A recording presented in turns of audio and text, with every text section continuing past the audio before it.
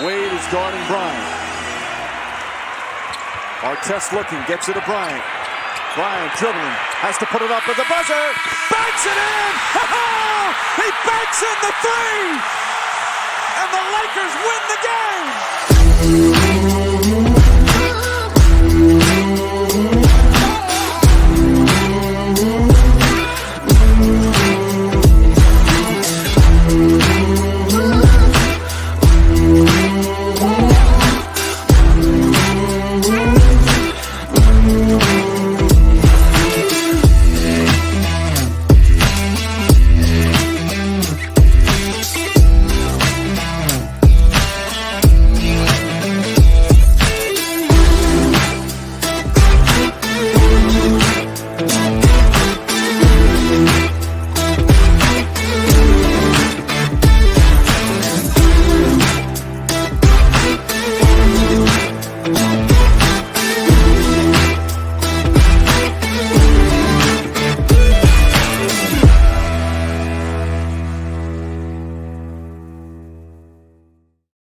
Good morning, Syndicate members. What's going on? It's Wednesday. That's right.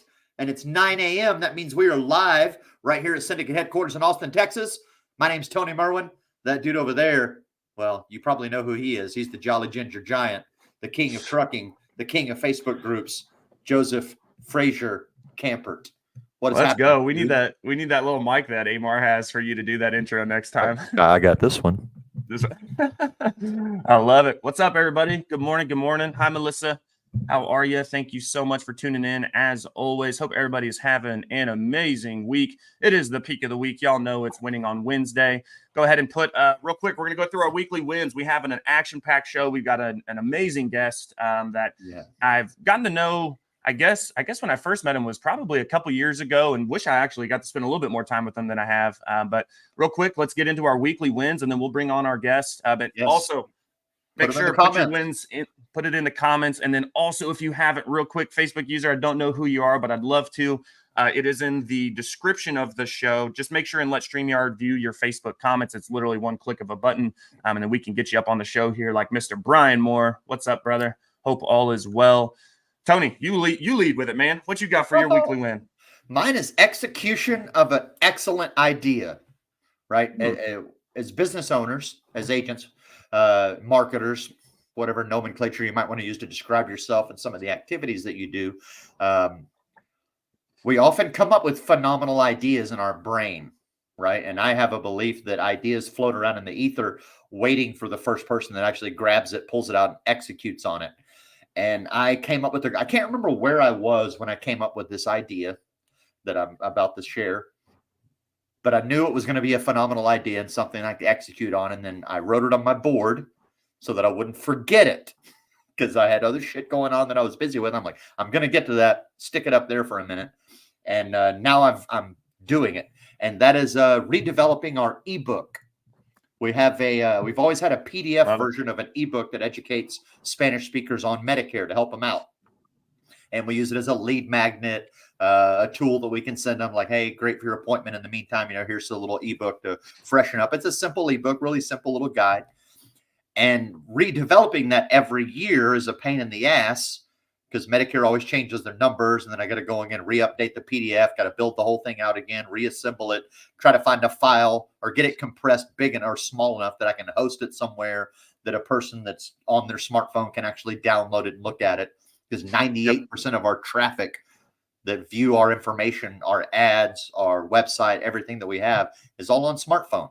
And that became too tedious. I was like, and I started thinking through my Go High Level experience, DFY experience with Eric Fierro, by the way. If you need a good Go High Level experience, talk to him. But I was like, this would be cooler if I built it as a funnel on the internet inside of my Go High Level experience, because then it's easier to update. All I got to do is go update that one web page for those new numbers. Right. And more importantly, I can build triggers for all of my different automations for any of the activities that exist inside that ebook. So if they click on this page or this link or that thing, I can do call to actions and call outs and forms, and I can develop automations for the little items that are in that ebook. And we are executing that now. I've got the full template built. I'm just polishing it, getting it ready for mobile. And that ebook's going to go out here pretty shortly to educate our 65-year-old Spanish-speaking clients. And it is going to help us nurture more leads, increase our close rate, reduce our CPA, and get more 5-star reviews. So there you have it. Dude, we're in sync on that, man, because I think, where a lot of agents don't execute is because of the time that's going to have to be spent to actually execute. And that kind of leads me into my weekly win. And actually, I've got two, so I'll share this one real quick. If you guys didn't see, I need one of those hats. I got you, bro. Don't worry. And actually, we're working on some syndicate swag, so we'll get you some syndicate swag too, Josh. On my personal page, you guys can go check it out. This SETC credit, or the SETC, I guess, is the credit itself, just for 1099 people, man. The traction and the engagement and the amount of people that I was already able to kind of help and get some money back has been awesome. I'm not going to spend too much time talking about that because it's quite a bit. So go check out my personal profile if you want to learn more on that. But you talk about the execution, right, on the idea. And that's kind of, it's huge for me, right? Because it's took me hours to really get this thing ironed out. I was going to drop it in the comments, but if you guys are interested in what I'm about to say, also let me know. I will come back to this and drop you the link to go check it out. But I built out a trucking course. So it is PNC specific. I spent hours. It's almost 3 hours of just recorded content of literally everything that I'm doing to find a lot of success on the trucking side. And so the goal is, hey, through the course, you're going to add at least 100,000 minimum in premium per month to your agency. It's got scripts, it's got documents, it's even got carriers and like contracting. So if you need some outside markets on the trucking side, you can get that through the course. And again, I'll drop that link in here. One time, for some reason, I was like trying to find the live within the group, and my Facebook's being wonky. But if you are interested in checking that out, again, this is on the trucking insurance side of things. Put that in the comments. I'll definitely circle back around and get you the link so you guys can check it out. But yeah, we did a webinar with the Dennings, and it was me and Trista, who runs Producers Academy, and so that's also part of the course. And we've kind of done some business and stuff together in the past. I was actually the first, first ever person within the Closers Click. And it's been cool to see that kind of come full circle. And it's like, you know what? I just got to freaking put my head down. I was coming in here at like 4:35 in the morning. And then, gosh, dude, I was like sick last week. So like I'd be 25 minutes into a piece of content, Tony. And I just start hacking. And I'm like, damn it, man, I have to reshoot all of that.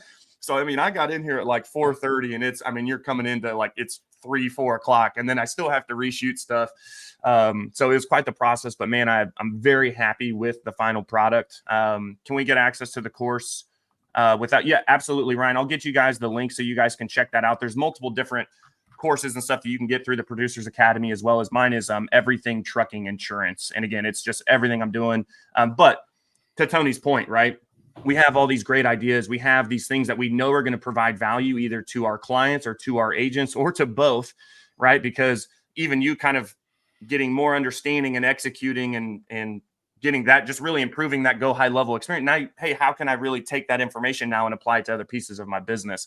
And I think a lot of the times it's because people don't want to take the time to really execute on an amazing idea. So that's my challenge to you guys today. Before we bring our guest on, write down a good idea and you need to execute it by the end of today. All right. I have a good idea for you. I just thought of.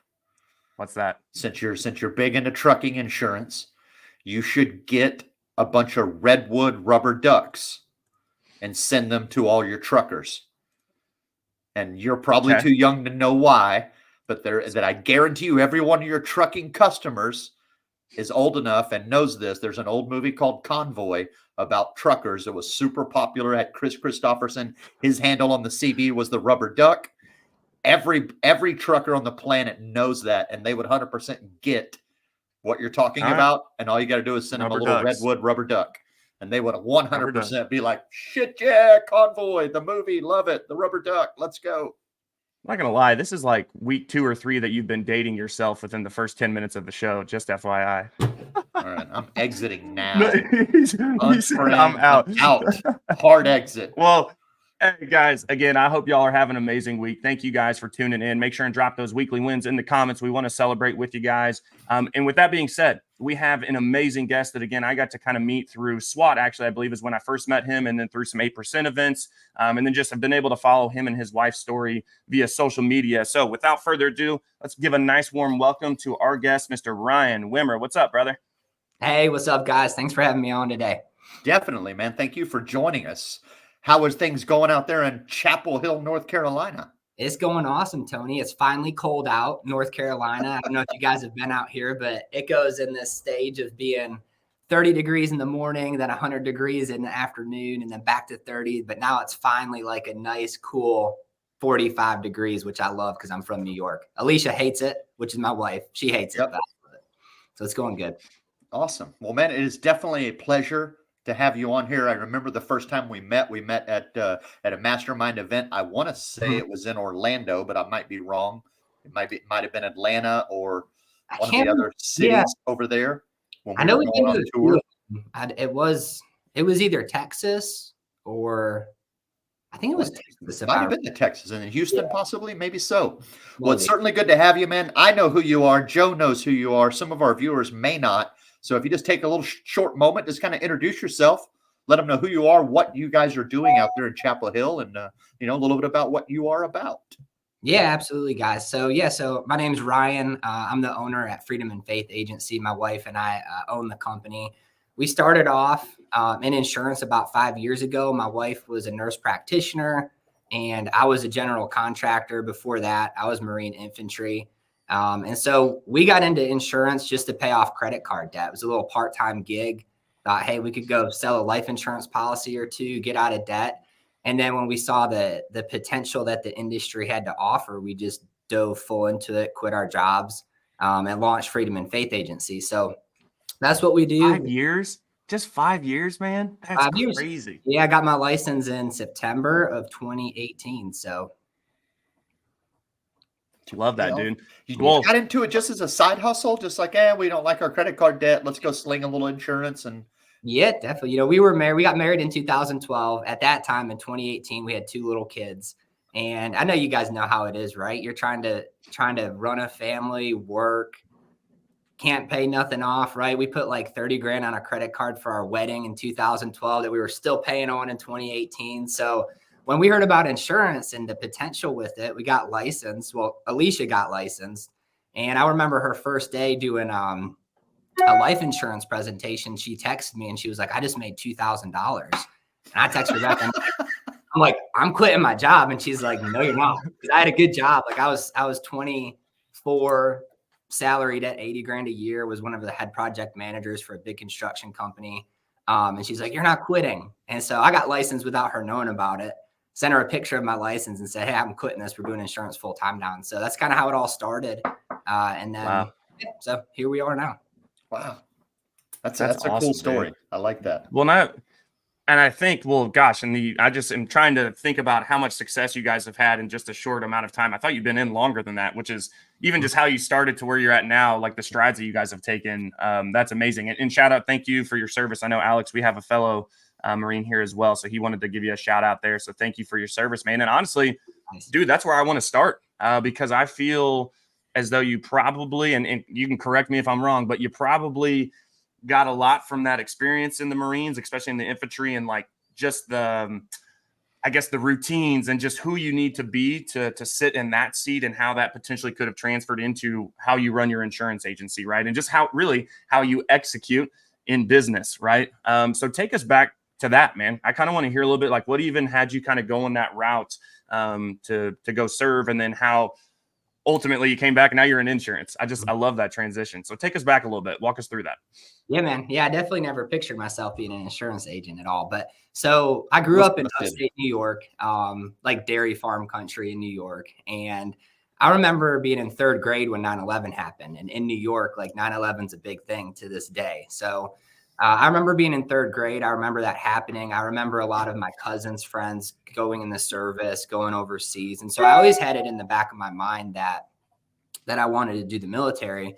And I was always just very good at like deer hunting, different things, right? So I was just naturally drawn to it. So in high school, it was funny. I got a scholarship to play baseball. I was going to go for pre-med, going to go try to be a doctor.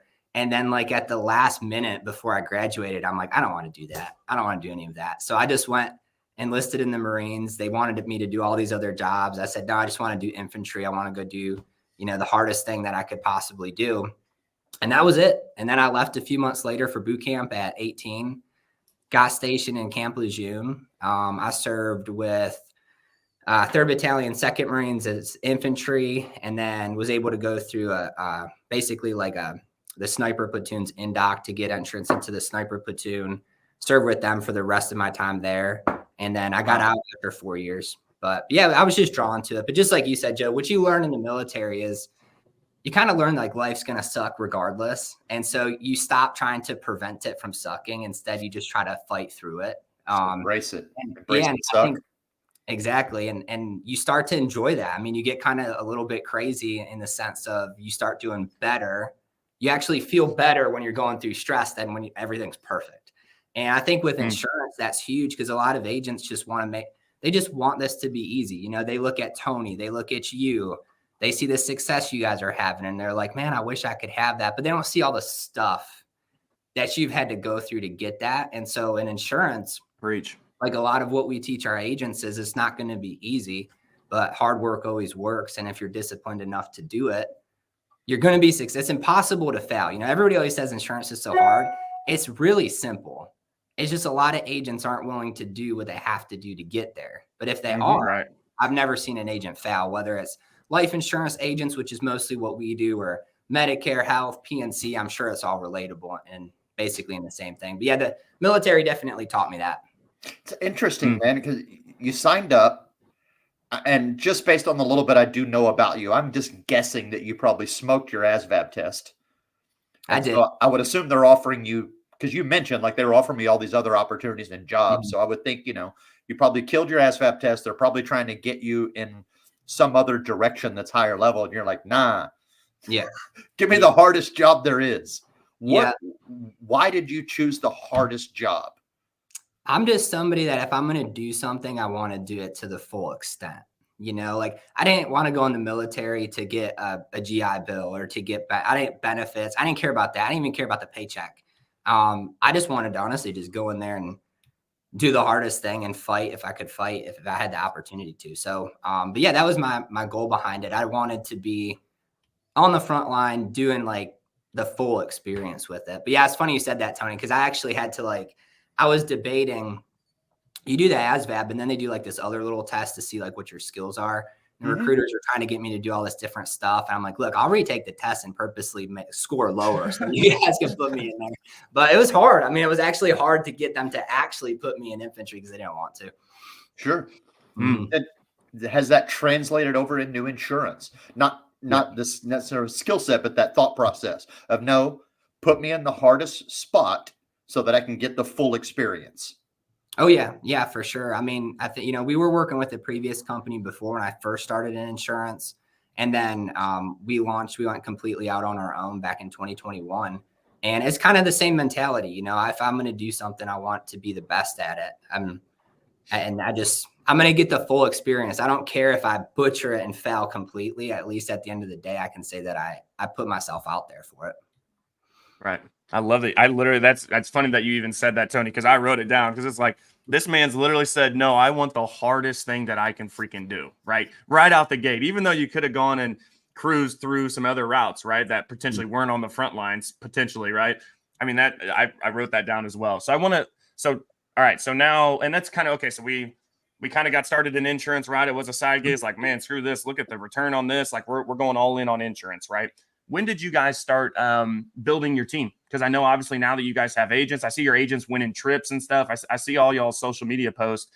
How long were you doing it, just you and Alicia? And then what was it that, again, I like hearing when people really switch when it comes to like actually building a team. What was, because a lot of people I talk to are like, they don't want to build yet because they feel they're too new or they're too far into it. And they're like, man, I don't even really want to deal with anybody else. Right. But I feel as though we're called to share this opportunity. I know that you guys do an amazing job with that within your agency. Talk a little bit about that, Ryan, and just what was that switch? And then maybe kind of segue into, and here's what we're doing for our agents and how we're supporting them. We'll get into that.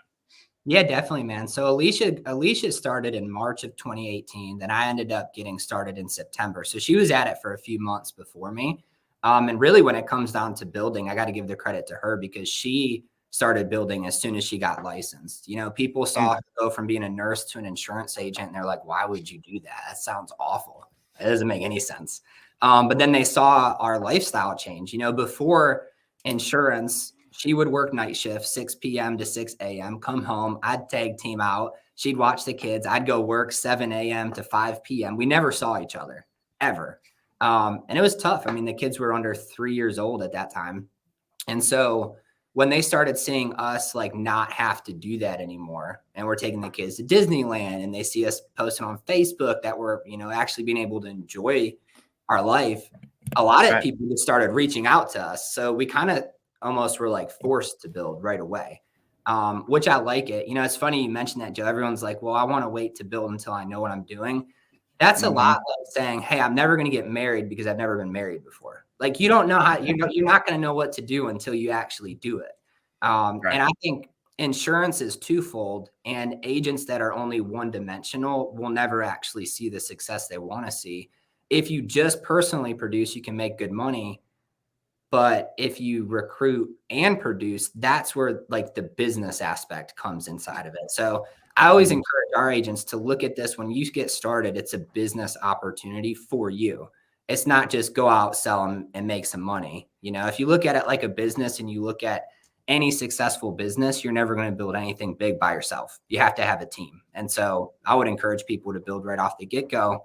And if you don't know what you're doing, leverage whoever you're working with. Like there's always somebody above me, or somebody above y'all, or somebody somewhere that can help you figure out what to do.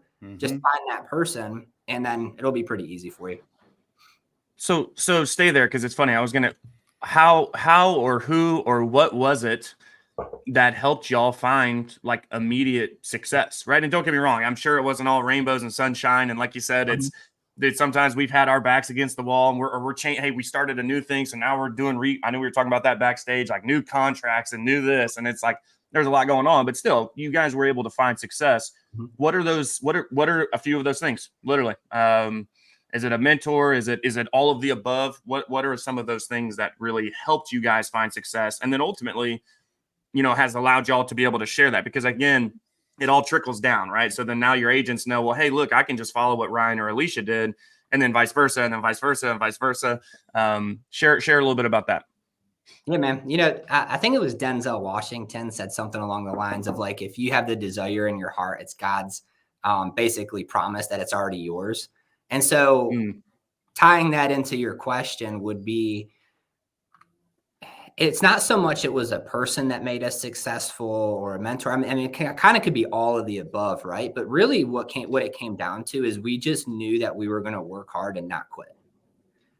We were going to go out there every day, and some days we wouldn't sell anything, but the next day we would. And I think the consistent aspect of it was that no matter what, I never one time thought I'm going to go back to my old job. Alicia never one time thought I'm going to go back to being a nurse. It was just like, this is what we're doing. We got to figure out a way to make it work. And so there would be nights where I'd be knocking. We door knock pretty much, right? We don't even do telesales. So there'd be nights that I'd be out there in a very bad neighborhood knocking on doors at 8 o'clock at night because I hadn't sold anything. And then I'd go out and work on Saturday because I hadn't sold anything yet for the week. So just that consistent, like putting the work in, you're going to get the result. You might not get it right away, but if you're willing to have delayed gratification and not quit, you'll be really successful. Absolutely. So you guys are still door knocking? Yeah, man, we do a little bit of telesales now, but we just like door knocking. All our agents. So this is where I want to stay, man. All right. What is your agency? What are you guys doing? What are you working? How are you finding success in that way? Because I'm like, man, we still, and like, I think Alex Sala is like the only other person I know that's still, him and Jeff Milburn are going out into the field and again, just hitting on some doors, right? Yeah. Tell everybody what you guys are doing, who you are, and how you do business, and let's kind of stay there for a little bit. Yeah, man. So Freedom and Faith Agency, we're an IMO for life insurance primarily is what we started with. So like 80% of our business is simplified issue, final expense, whole life insurance. And then here recently, we've trickled into the Medicare, the health insurance, and we're launching that stuff for next year. But our agency is really simple, right? We get final expense leads in, we take agents out, teach them how to door knock, do the door approach, do a sales presentation, help the client out, and move on to the next one. So it's funny, I've tried to get our agents to incorporate the phone, like let's set some appointments, let's do some of this. And they hate it. They don't want to do it. They're just like, give me the leads. I'm going to go pound the doors, right? So wow, it's always worked for us. It's a predictable thing, which is what I like.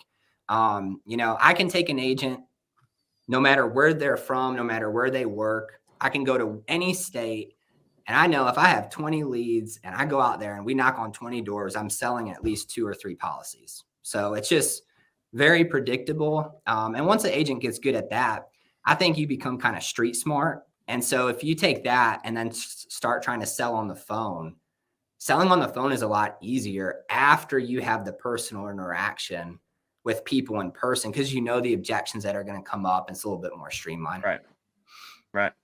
How what's your lead source? You guys just doing direct mail? Like how are you getting you say leads to go knock on? Obviously, I'm sure you're probably doing some cold stuff in between, maybe appointments or whatever. How are you guys doing it that way? Yep. We do a lot of different options. We do Facebook leads. We do direct mail leads. We have in-house leads, but we also partner up with some lead vendors and get discount codes and stuff for our team too. So we're not like a lead controller. You know what I mean? Right. My biggest thing is I work with all different kinds of people, all different vendors, just to try to give our agents the best access and deals and stuff. Love that. Like Alex says, Yeah. paper leads and getting a door slammed in your face will build street smarts real quick. You're 100% correct, man. So, all right, I'm going to put you on the spot here. Mm-hmm. I'm a new agent, right? Yeah. And you're showing me, we're going to knock on my first door, right? What's your intro pitch to get your foot in the door when you're door knocking on somebody? Everybody, you better, if you guys don't have this out, please get this out so that you guys can take some notes. I've already taken a bunch. What's that pitch? Let's hear some scripting or what you're teaching agents. Yeah, man. So first thing is the mentality of your job's not to sell every lead. It's to filter out the bad leads fast and get to the good ones. So many agents are they'll say all kinds of things at the door. I've heard agents say they're from the state. I've heard agents say they're from the county. All of that's garbage, right? My door approach is simple. It's knock, knock, knock. Hey, Joe, I'm Ryan. I'm the local agent here in Chapel Hill. You filled this card out, right? Okay, awesome. I've got the final expense benefits for you. Is my car okay parked right there? That's it. And then I'm sitting down either on their porch if there's chairs or at their kitchen table. So my door approach is simple. It's to the point. It's transparent. And yeah, I mean, I would say if we knock on 10 doors, 10 people come to the door, we're going to get into 7 of them. Does anybody ever tell you, no, your car's not good there? I've had that happen before. And it's extremely rare. Yeah, it's pretty rare, but especially if you're working in the city or whatnot, they'll say, well, can you move it over there? And I love when they do that because they just agreed to sit with me. So they tell me to move my car. I'm like, perfect. I'll move it there and then I'll be right back. Yeah, either that's a great question because it doesn't matter really what their answer is. It's good for you because if they say, yeah, it's fine, you've already got them on a verbal agreement with you, right? You've already starting that process of getting them to say yes to you. And if they say no, move it, just like you said, that's even better because now I've got a deeper commitment that this person's ready to sit down and start talking to me. Yeah, I like either option you win. I think agents that door knock really screw up when they're like, hey, do you have time to go over this or can I go over this with you? Just give them an option. They're going to pick one and neither option can be not reviewing it. Right. That's good. I like that, man. I was like, there's got to be a reason you asked that question, right? That's I don't think I've ever heard in anybody's pitch or anything. And when it comes to door-to-door sales, ask it, hey, and again, it's kind of I don't know, in my opinion, it kind of almost helps bring the guard down a little bit because, hey, I'm not trying to sit here and ram all this freaking insurance down your throat right here, right now. It's like, hey, I just want to make sure my car's parked there. Is that good? I love that, man. It's also very assumptive because you're assuming that I'm about to sit with you for a little while. Is it okay if I leave my car there? Yeah. So it's a very non-conflicting, I guess, or non-aggressive way to be very assumptive, an ABC, so to speak. Yeah. Right. So let's because I remember, man, you were one of the best people, if not one of the best presentations at that SWAT when I first saw you.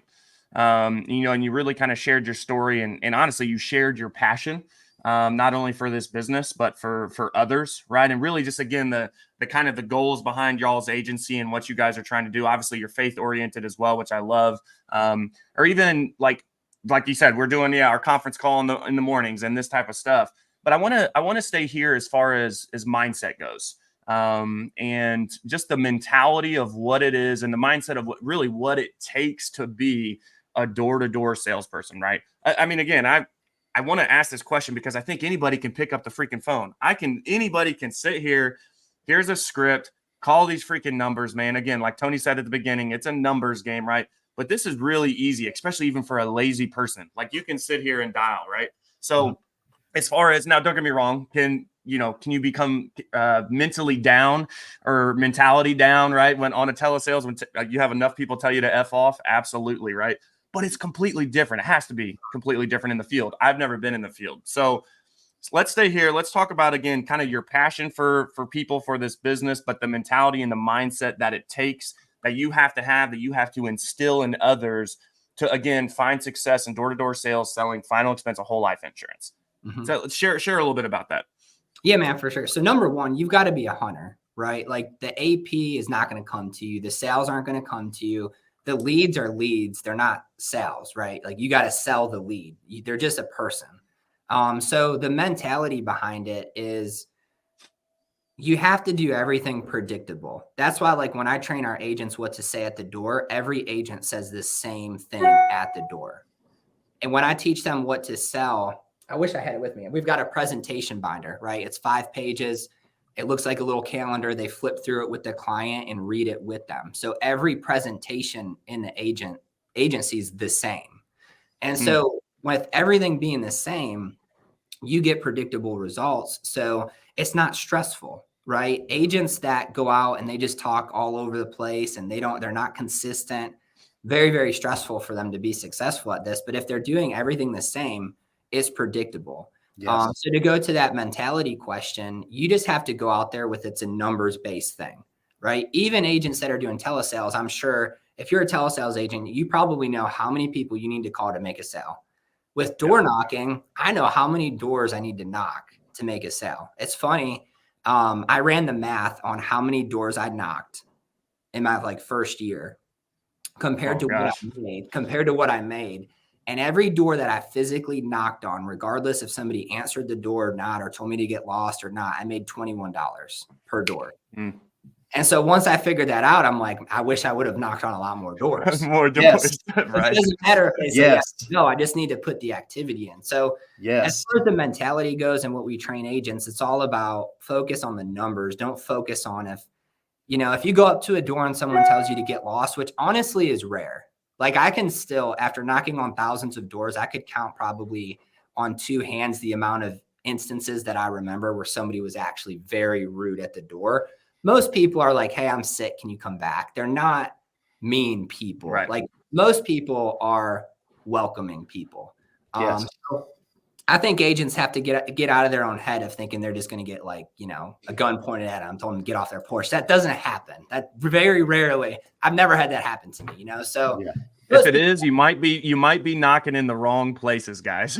Yeah, exactly. Probably. My theory was always if you ran into more than one jerk in any given day, right? Because when I was door knocking, I would knock on about 130 doors a day. Right. I was trying to, because I would smother my neighborhood. I wanted to talk to everybody in that neighborhood, period, and block it out. And then I'd move on to the next one. So I'd just sit there and do laps around the neighborhood, for 8 hours, 9 hours until I pretty much had the entire sheet banged out that I had at least confirmed someone was there, talked to them, sold them, or got a no. And I always felt that if I got more than one asshole in a day, pardon my language, or more than one jerk, chances are I was the asshole.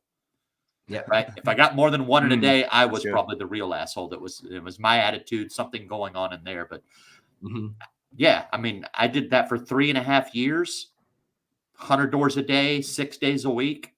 Do the math. That's a lot of people. I only ever had one person that I would say physically ever challenged me. And some dude did. He grabbed me by the back of my collar and drugged me down, or not drugged me, but escorted me off his front doorstep and dropped me at the street.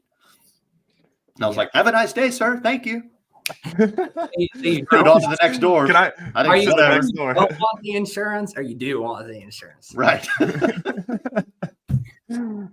That's good. Oh, man. So what is let me ask you this, because I think this is a great segue for this, right? Because we've got the mentality, we've got the predictable numbers, we've got the process, right? Now, when you're actually going to onboard an agent, right? Because that's still, even though, hey, anybody can sit there and look at the numbers and guess what? Hey, look, there's, the numbers don't lie, but it still is probably scary for that first month, that first 2 months, maybe, or first week, first 2 weeks, first month, whatever, right? Walk me through really, and this is more for anybody that actually is, I guess, kind of scaling in this space, right? And I think, well, I guess it's door to door, but still, I just want to ask because it's door to door. I heard you talking about, like, when you said oh yeah, each door was $21. Tony was just like, yes, because he used to do a lot of door to door. I've only ever been telesales, so I don't really have anything on that. What does that first week look like? What does that first week to 2 weeks look like? Hey, I'm bringing on a new agent, and let's remove insurance experience. Let's just say, hey, I just got my license a couple weeks ago. My fingerprints are done. My contracts are ready. Like, I'm ready to get out in the field, right? Or maybe we're already getting them out in the field before the contracting's done to help them set appointments. Walk me through those first couple of weeks with a brand new agent. And I think, guys, again, make sure you're taking notes. I think you'll find a lot of value out of this answer. Yeah, man, it has to be very intentional and it has to slow down. Like, I know I can go out and I can sell insurance all day long, but if I have to remember what it was like when I was a brand new agent and like the stress involved with that. So if you're onboarding an agent into your team, you have to, like, this sounds funny and not to be like condescending, but you almost have to treat them like they're your kid. Like, you have to walk them through what to actually say at the door. How do you, like, every sales is all psychological. How I park my car, how I leave my door open, how I'm waving at the house when I'm walking up to the door. All of that leads to me closing deals. So you got to walk an agent through that. A lot of people aren't naturally good at selling stuff. Right. So you have to give them the right tips. So when we onboard an agent, they go out in the field with us. And so their first day to 2 days is them just watching a good agent, like a really good agent, do the door approach, do the presentation. They're just shadowing them. And then the next day, right, we're going to let that agent start doing the door approaches. Then maybe we'd still do the presentation, and we trickle them in stages. When I first got started, Alicia took me out in the field because she was doing it for a while. And I'm like, I love you, but you can't be like my coach at this. You're my wife. It's weird. So I was like, just give me the leads. I'm just going to go do that and just figure it out. And if I suck at it, then you can train me. So, like, I remember just my very first day in the field, like, I've never seen a door approach. I've never seen any of this. I just started talking to people and I knocked on 10 doors, got told no 9 times. On the 10th one, the lady didn't even ask who I was. I walked up to the door and she said, come on in. And I'm like, really? It's like, this is easy. You know who I was. She just let me in the house. And then I was like, well, that's easy. All I gotta do is knock on 10 doors and the 10th one's going to let me in. So, but I remember that being stressful, right? So for new agents, if you're onboarding an agent, they have to see what you're doing.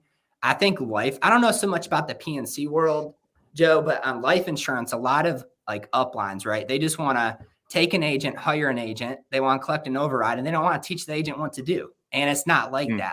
It's a constant teaching and coaching of an agent. I have agents that have been with us for 2 years and I still do coaching calls with them to help them because sales is up and down, right? So sometimes it might be in a slump. So when you bring on an agent, you're bringing on a business partner and you got to do everything you can to make sure they're winning at this. Well, you said, sales are up and down, man. So is this freaking industry. Like, I mean, yeah, I've had agents with me for years on the PNC side that, guess what? We're still talking pretty much on a weekly basis, especially right now, because our markets and our side of the industry right now has completely turned upside down. Right. So I think to your point, that's 100% correct. And I think it's having that established line of communication. I think it's as simple as that.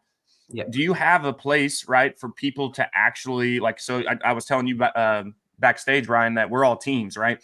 Yeah. I don't have my teams up during my podcast because otherwise it would just be going bing, bing, bing, bing, bing. I don't know. I feel like I have half my agents don't realize that I've been doing a podcast at 9 a.m. on Wednesday for like the last 2.5 years, but it's okay. I forgive you guys, right? You're not watching. But having that line of communication where it's very easy to reach out, right? It's not, hey, somebody's calling my phone or somebody's shooting me a Facebook message or it's this or it's this. But I think that comes down to the intentionality, right? You've got to be intentional. And I think communication, in order to be intentional, you've got to have communication, right? Yeah. So I love that you said that. Now, you're finding all this success in door knocking, right? And you're just, hey, man, I'm sure that's got to be a great return, dude. You're probably not like when you're not having to go out and buy all these freaking leads and dial and do all this crap, or have dialers, the expenses that just come with that. I'm sure it's got like you're doing well. What caused you know what, dude, we're going to do health and Medicare, right? Because I'm a PNC guy, and then was like, you know what? I've been to all these conferences. I'm hearing Ryan up on stage, I was like, we're going to do life insurance. Bro, I still and I tell my agents too, I say, hey, man, like, I'm not that good at life insurance, but I know people that are. Okay. So it's like, but it's been really difficult to even get that thing up off the ground, right? We had Mason in our office yesterday, and we're working on generating life insurance leads, basically just cold calling on trucking. So truckers, they're just a big need for that, right? So we're finally, I feel like, starting to strike a little bit of gold there. But my point to that is, what caused hey, we're going to implement something new into this. And then really, I'm sure, again, this is your guys' first AEP, OEP, whatever. Next year, it'll be really ramped up because you'll have a whole year to prep for that. Or maybe you already were this year. Walk us through that. What caused because I think a lot of agents are, man, I'm being asked for this, right? If I'm in the door doing their life insurance, that they always ask me if I can do their health insurance or their Medicare or whatever it might be. Was that what it was that caused you guys to kind of, man, you know what? We need to do this. We need to take all of our AHIPs, all this crap. Walk us through some of that. Yeah, man, I think that was definitely part of it. And then the other part of it is Alicia and I are always like every day, it's funny you talk about the success and stuff. And we've had a lot of success. We've grown like 40 to 48% every single year. Awesome. But I think a lot of that is we just don't feel like we're at where we want to be at. So we're always trying to figure out what can we do to make it easier for our agents to be successful? What can we do to grow the company? And so every day is a constant, like we're waking up back at zero and trying to figure out like better ways of doing things. And I know for us with the Medicare and health things, it was just like that. If our average agent is writing, let's say 250 to 350 life clients a year, then what could that do for them if they could turn around and cross-sell Medicare and get the higher renewals? It's going to double their income every single year. So that was my main thought process. If I could teach agents how to keep getting better, they're not going to stay stagnant. Because I think in this industry, especially life insurance, there's like a 2-year like break-in period, right? And if an agent makes it after year 2, they're probably going to be an agent forever. But at that 2-year mark is when agents start to feel a little bit burned out, especially doing door to door.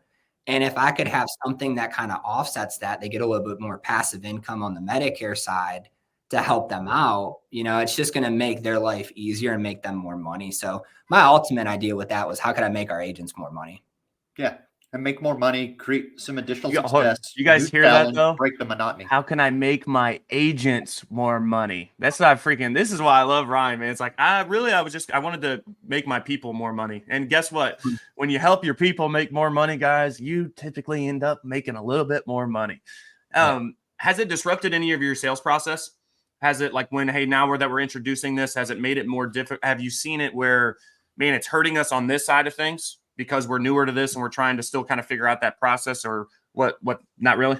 No, not really. It's funny. One of our, a girl that works with us, she's worked with us for a few years now. She was like kind of one of the front runners of wanting to do health too. And since she got her health and Medicare license, like her life insurance sales have almost like gone up too.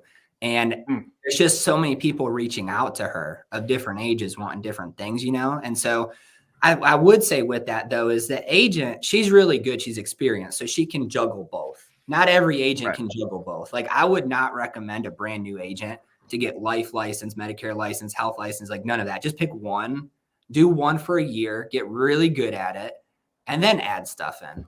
But yeah, man, it's not really disrupted anything. I think it's been like a good problem to have. Like, we're almost so busy now, like it's hard to keep up with the stuff. So it's been a growing pain, but in a good sense. Awesome. I think the products can be complementary to each other.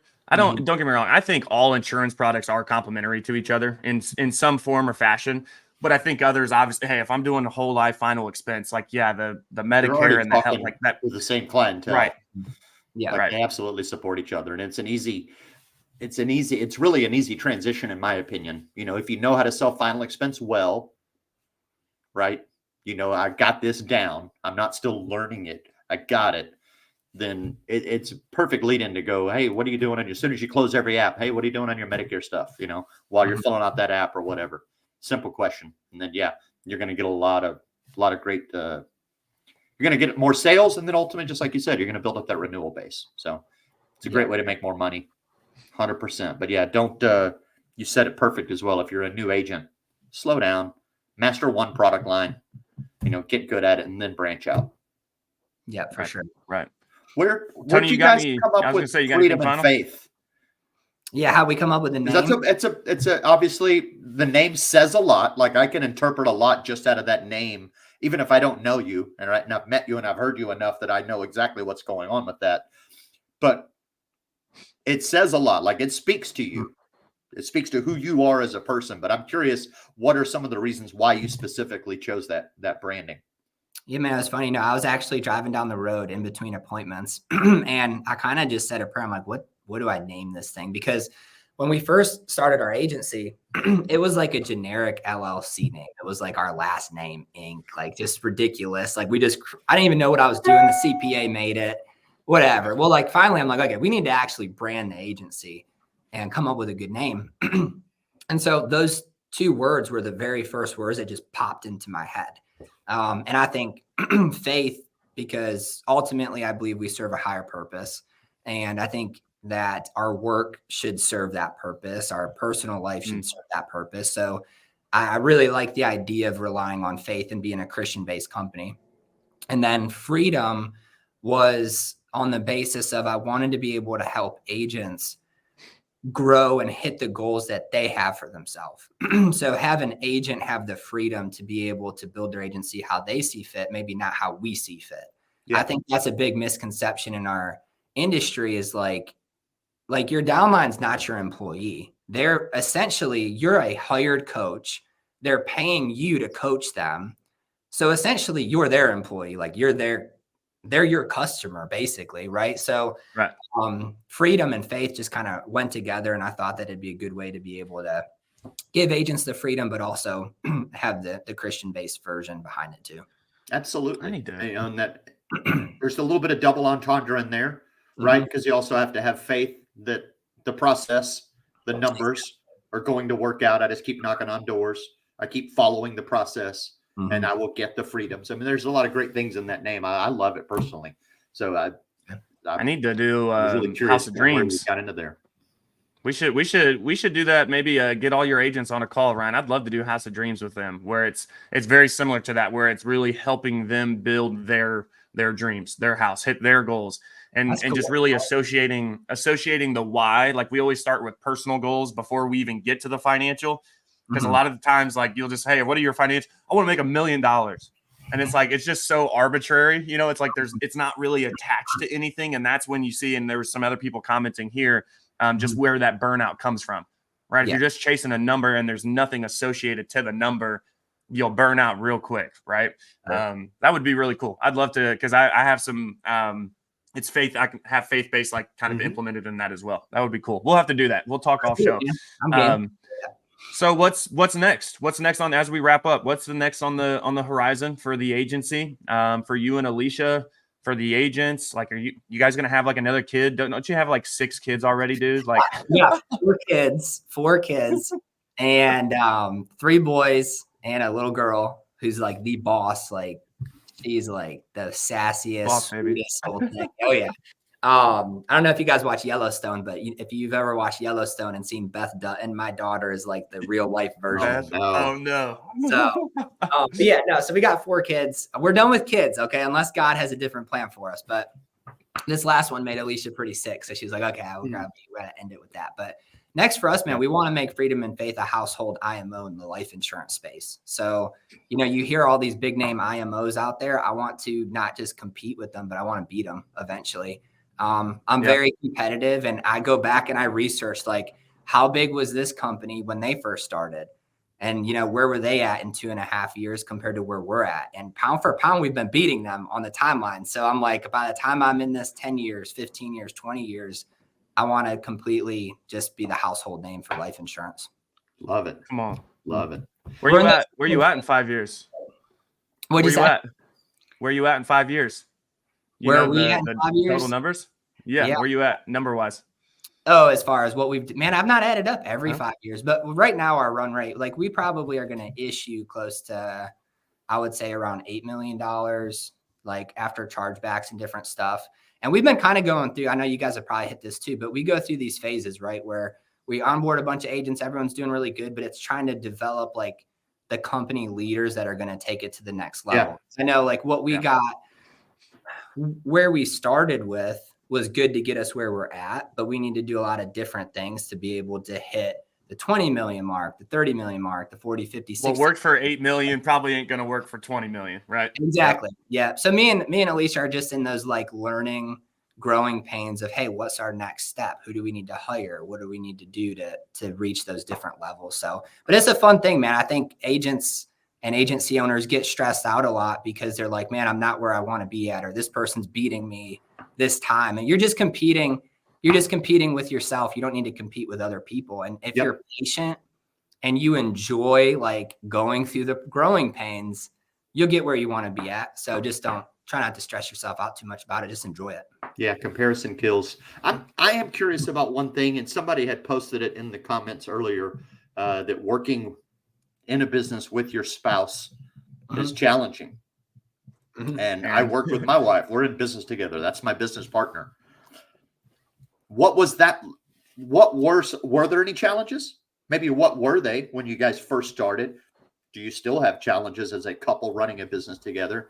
And what are some of the things that y'all did to leverage that, or to overcome, make it work, some of those challenges, right? Make it work. For sure. I think, honestly, working together has been a lot less stressful than when we were working apart. Because it's like, if you're married and you're raising a family, that's kind of a business in itself, right? And you got to work on your relationship. You got to work on that. So if you can just put your life all together, it's good. I mean, you get to grow with each other. You get to learn different things. I think some of like the pain points of working together would just be, you just have to be honest with each other as far as like, what does your schedule look like? And what do you want to achieve?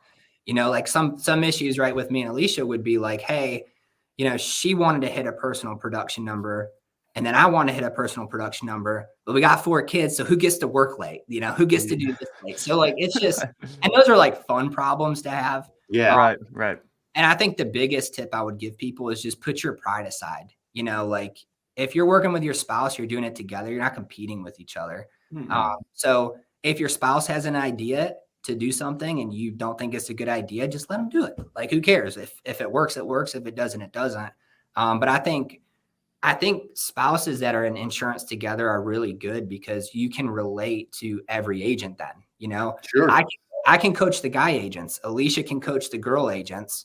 And what she says to one agent, they might take it better than if I say it to a different agent. So I think it really gives you an opportunity to be a way ahead of other agency owners if you're kind of like a dual force going at it. Yeah, I would tend to agree. It's definitely brought Grace and myself actually closer.